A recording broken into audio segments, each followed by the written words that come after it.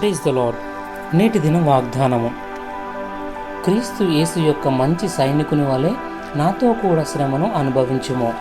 2 Timothy 2:3 దేవుడిచ్చిన సర్వాంగ కవచం ధరించిన తర్వాత నీవు యేసుక్రీస్తును గొప్ప నాయకుడిగా కలిగిన సంపూర్ణ సైనికుడివి.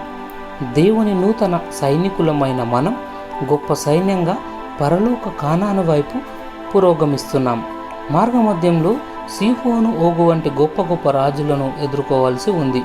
అలాగే ఈ రోజుల్లో ఎదురయ్యే కనానీయుల వంటి శత్రువులు, హిత్తీయులు, అమోరీయులు, హివ్వీయులు, యోబుసీయులు, ఇంకా ఇటువంటి అనేకమైన వారిని మనం జయించాలి. ఈ దినాలలో ఈ శత్రువులు ఎవరో మనకు స్పష్టంగా తెలుసు. ఈ ప్రయాణంలో ఎరుకో గోడలు, ఎర్ర సముద్రాలు ఎన్నో ఉన్నాయి. వీటన్నిటినీ మనం గమనించవలసింది ఏమిటంటే, మనకంటే ముందుగా మన ప్రభు అయిన దేవుడు వెళుతున్నాడు. ఎందుకంటే యుద్ధము యెహోవాదే. హల్లెలూయా. దేవుని కొరకు బహుధైర్యంగా కలిగిన సైనికుని వలె ఉండాలి. సైనికులు ఎప్పుడూ ధైర్యంగానే ఉంటారు. నీవు భయపడేవాడివైతే సైనికునిగా ఉండేందుకు పనికిరావు. పిరికివారు పరలోకాన్ని స్వాతంత్రించుకొనకూడదని దేవుని వాక్యం చెబుతుంది.